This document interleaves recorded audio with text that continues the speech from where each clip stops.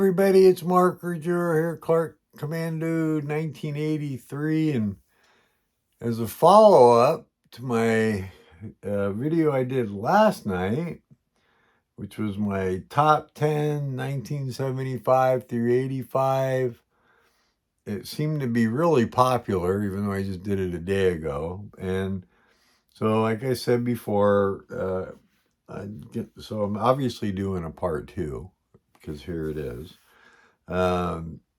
But I may or may not do a part three. I've got some other top 10 lists I want to get done, including one that I know I'll eventually get to, but top 10 memorable moments in wargaming. And that's when I'm going to have to give some thought, because I got quite a few of those. But that being said, I'm going to say up front, if you like this, please like and subscribe. Please comment. I love the comments. Helps me in my cancer fight. I'm sitting here looking at my notes. Like you said, I'm not going to be pulling out all these games and showing them. I mean, I'd really like to, but I just don't have the energy. But I have the energy to do this. And I'm getting a little bit better each day. I got a chemo break. Might be my last one. So I'm going to take as best advantage of it as I can.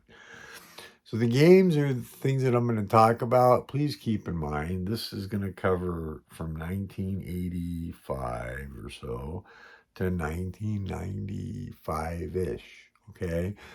And the games I talk about maybe didn't even come out in that time period. They may have came out before that.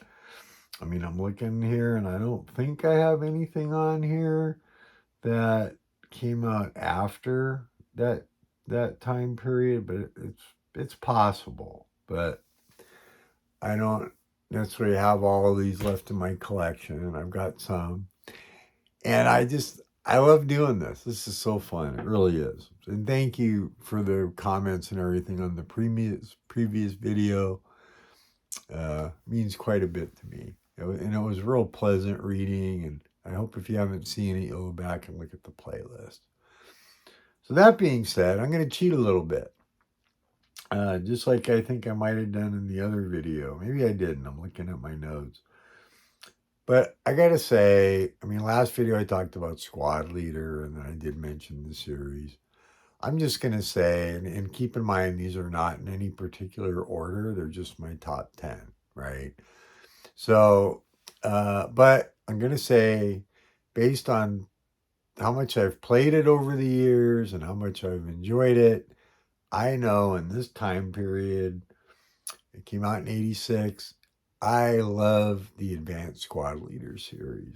At a point now where I think the last time I played it was, I think I played a scenario just a few months ago, and I don't get to play it that often anymore, but I really, really love Advanced Squad Leader. Why do I love Advanced Squad Leader? Because it's like a damn John Wayne movie, you know? I don't necessarily enjoy the tournaments and all that, which, I would go play in a tournament. I think I've said that before, just to play games. Am I going to win? No, probably not. I'm not that good. But I do enjoy playing. I love the narrative of the game. I love all the different things that can happen in it. No, it's not a lifestyle. I mean, like, all you got to do is look behind me, and this is just part of my game collection, so no, it's not a lifestyle, believe it or not. You can actually play ASL and enjoy other games. It's really just a matter of how much time do you want to spend becoming good at it. And I can tell you, it's probably going to be in my other video, my top 10 great moments. But I've played 4 full campaigns of Red Barricades. Been going, back to the 90s, but I did it. Okay, so a lot of stuff is still ingrained up here. And, okay, so moving on. Number 2. Yeah, I'm cheating again, another series. And I can look up on the shelf there and see my 5th fleet. I got the rest. But, yep, Victory Games Fleet Series. Joe Belkowski, genius, wonderful games. I still got them all. I've owned and bought and sold a few times, but hopefully I'll keep this set and get back to it. Second Fleet, I'm pretty sure I bought them out of order. I think I got Second Fleet first. And then, of course, as they came out, I bought them, and I went back at some point and got Sixth Fleet. And if you're familiar with the series, the rules evolved. I think probably Fifth Fleet was my favorite set of rules. Situation-wise, I loved them all, but definitely Second Fleet. I don't know. It was just my favorite. Haven't played it since the early 90s at some point. But I do have to get it back to the table. And one of my goals is actually play it with the logistics and the fuel and all that. And if it's flawed, I don't want to hear about it, okay? Because in my world, I just love my games. And, you're okay to make, what do they call it? Constructive criticism. But, it's part of my joy is just playing. And like I said, so I look forward to that. But that Victory Games Fleet Series definitely gets mentioned in Mark's top 10. Then, and I can mention, I'm sure, more, but oh my goodness, Dean Essig. Oh, that belongs to my top 10 designers of all time video that's going to be coming. But games, and I think I got this right. I was exposed to the gamers when they literally first started out. But Civil War Brigade series, just wonderful. I've done it. Go look at my playlist. I've got how to play Civil War Brigade series. Covered a lot of battles at the brigade level. And what made the game special was the order system. Just like it was literally the first game that, like, oh my gosh, I got to actually write orders. And those orders could get mangled and not show up or be delayed or get accepted. And hey, I want this corps to go take that hill over there. And guess because there's no troops there. And then guess what? By the time the orders get accepted and everything and you kick off, oh crap. Well, I still got to go try to take it because that's what the orders say. So wonderful, wonderful playable series. Long out of print, Antietam, 3 Days of Gettysburg, Shiloh, like all the major battles, Champion Hill, Chickamauga, they're all covered. But you can get them fairly decent price on the secondary market. So if you want to see what crazy Mark's talking about, go look for them. Yeah, I got to tell you, Manassas, they're amazing set of games. And I don't think I'll ever sell what I have. I might, because I come across some extras. Gee, that never happens to Mark. It's part of my cancer reduction sales. But anyways, Civil War Brigade, the gamers, oh my gosh. And eventually got bought out by Multi-Man Publishing, which, doesn't do any more in the series. They are doing some line of battle stuff. And God, we miss you, Dean. I got to say that. Yes, he passed away, sadly, recently. So, okay. So next up, another cheat. It's a series. And I'm pretty sure I get the dates right. Stonewall Jackson's Way, I believe, came out in the early to mid 90s. And my friend Russ Ryder, I don't know if he watches my videos or not, but the great campaigns of the American Civil War, which are Multi-Man is still publishing. Wonderful series with great Charlie Kibler maps. And oh my God, literally Stonewall Jackson's Way. I remember Russ showed up at the time I had a club up in Sacramento, California. And my friend Russ shows up and he says, I got this new game. Oh my gosh, it's really cool. And it had these great maps. And you actually rolled dice for movement. But anyways, plenty of stuff out there on the great campaigns of American Civil War. If you don't know what they are, go check them out. They're quite pricey now from MMP, especially when they go out of print. So if anything's in print, grab it. If you play it, if you're interested, you can get away with going back to the old Avalon Hill titles. I have only have, I think, the Shenandoah Valley one and maybe one other one. All the rest are the more recent multi-man publishing titles. But I haven't played it in a long time, but I've changed that. Uh, right next to me, I got this. This is part of it way out of print. Hopefully they'll redo it because it's heck expensive on the secondary market. But this is, I actually borrowed this. This is because I sold my copy and I was like, I don't want to sell it. But I did. Part of my, so I borrowed this from a friend of mine that he hasn't been playing, so he let me borrow it. Let's see here. Now here's one that may or may not shock you. And I really hope that it fits in the time frame. I might be off by a year or two, and I don't remember. I got the game in the other room. Uber complex, but I love complexity. And no, it's not Vietnam, even though that should be on this list. From Victory Games and recently reprinted by GMT. Oh, I guess I snuck it in there, didn't I? But I just got to put, because I think it covers some really unique stuff. I think it's a pretty overlooked design because it is so complex. But it's fun in its own way. And yes, I haven't played it in a long time, just like a lot of these. And eventually you're going to get Mark's all-time favorite top 10, which are going to be games that are going to be based on how much I've played them and what I think of them. So there you go, another hint and another top 10 on my playlist. But Victory Games Central America.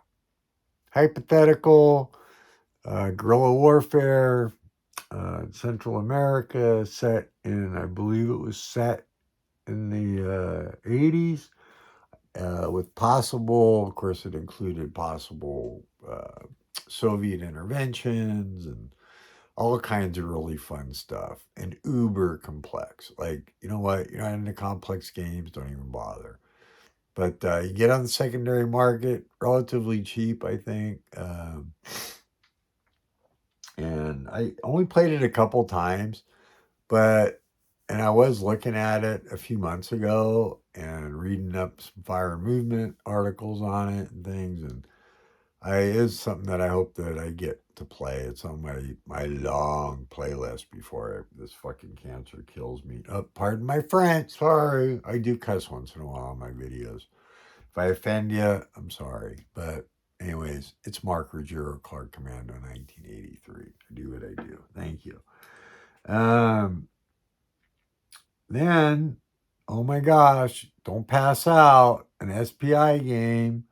Now I know this came out earlier, so this is definitely based on when I played it, and I could be wrong because I don't remember when it came out, but I know it was but SPI Invasion America, totally hypothetical, big map, lots of fun counters, just a fun game that I have really fond memories of. Still have it.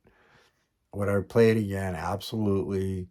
And I'll kind of squeeze in another cheat here in a game that I think models an invasion with actual occupation policy decisions really well is 3W Games, SS America. So, anyways, but Victory Games Central America is in my top 10.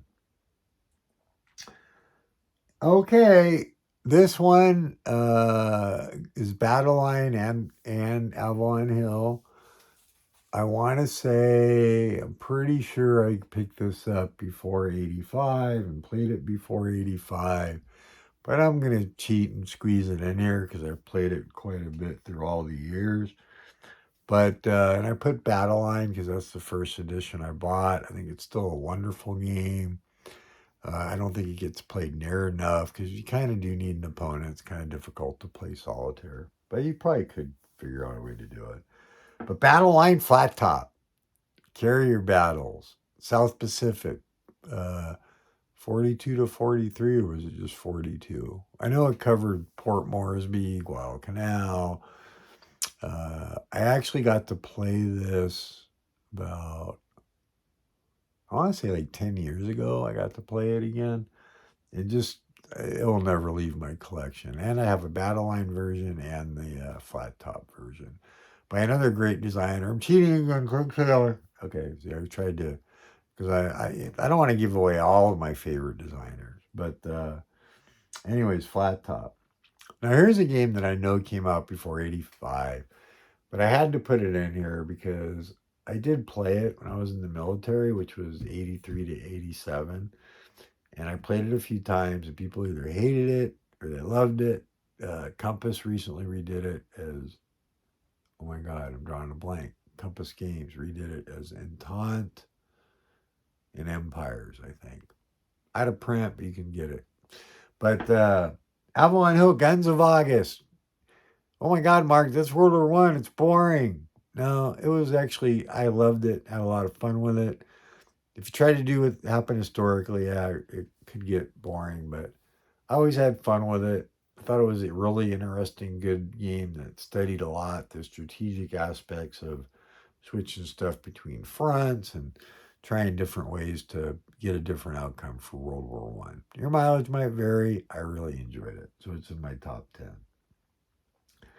Now, here's one that shouldn't surprise many people that have been in war games for any length of time. And if you haven't, I'm going to just say up front, I recommend it highly.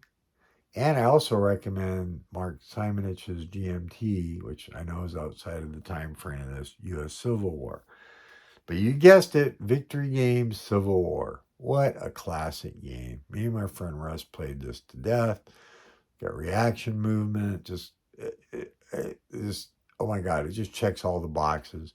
You can look in my playlist. I did a couple of learn to play after action. I think I had some trouble when I was doing that with my videos. So I did like part 1A, and so it's a little bit messed up, but just a lot of fun. Eric Lee Smith design, he's still designing stuff. From Compass, he did Battle Hymn, and I think there was a Battle Hymn 2 coming.